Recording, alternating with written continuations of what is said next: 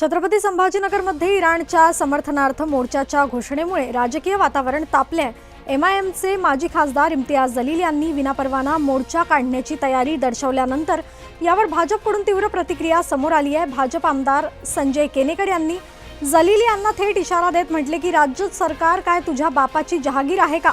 शहराचे वातावरण बिघडवण्याचा प्रयत्न केला तर सरकार त्याला जशास तसे उत्तर देईल।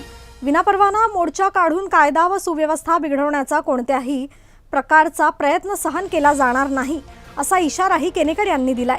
या वक्तव्यानंतर छत्रपती संभाजीनगरच्या राजकारणात पुन्हा एकदा आरोप प्रत्यारोपांचा संघर्ष पेटलाय। और मुझे इस बात का पता चला है कि यहाँ पर जब हमारे शिया बिरादरी शोक मनाने के लिए दुनिया में जितने भी शिया हमारे बिरादरान है उनके लिए सबसे अजीम शख्स थे वो, उनका कत्ल हो जाता है और उनका एक मोर्चा निकालने के लिए पुलिस कहती है कि आप नहीं निकालना करके, उसमें उनको इजाज़त नहीं दी गई है करके।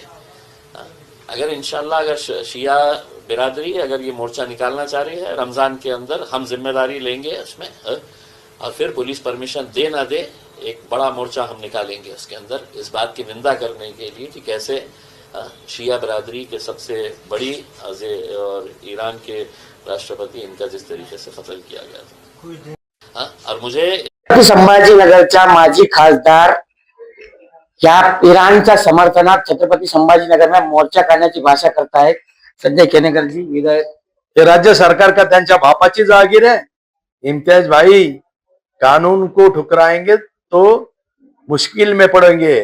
या देशाशी खामोनीचा काही संबंध नाही आहे आणि त्यामुळे इथल्या देशातली मुसलमान खामोनीला मानत सुद्धा नाही। पण या शहरामध्ये जर अराजकता पसरवण्याचं काम करत असेल किंवा समाजक विघातक कामाची कृत्य करण्याचा प्रयत्न करत असेल तर निश्चित याचा हिशोब राज्य सरकार घेईल।